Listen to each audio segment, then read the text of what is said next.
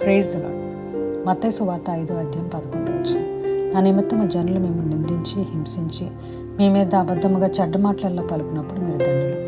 Bible గ్రంథంలో దేవుడు అబ్రహాముని తన కుమారుడైన ఇస్సాకును బలి ఇవ్వమన్నప్పుడు అబ్రహాము మోరియా పర్వతం మీదకి ఇస్సాకును తీసుకువెళ్ళి ఆ బలి ఇచ్చే ముందు ప్రార్థిస్తాడు.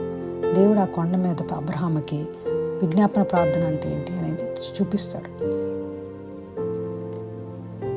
అలానే మోషేకి కూడా సీనాయి పర్వతం మీద 10 ఆజ్ఞలు ఇస్తారు.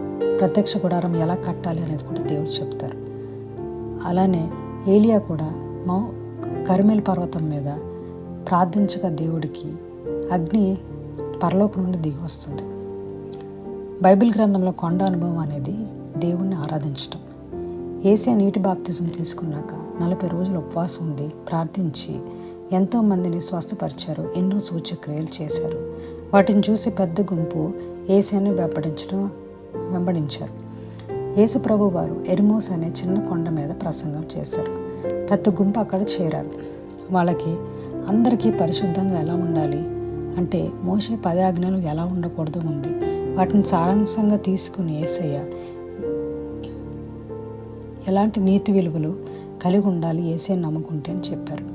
అవే ధన్యతలు పాటిస్తే మనకి ఈ లోకంలో ఆశీర్వాదాలు వస్తాయి. కానీ యేసయ్యను తెలుసుకున్నాక ఆయన కోసం నిలబడితే నిందలు హింసలు భరించాల్సి వస్తుంది. ఇదే నిజమైన ధన్యత మన జీవితంలో. ఆమెన్.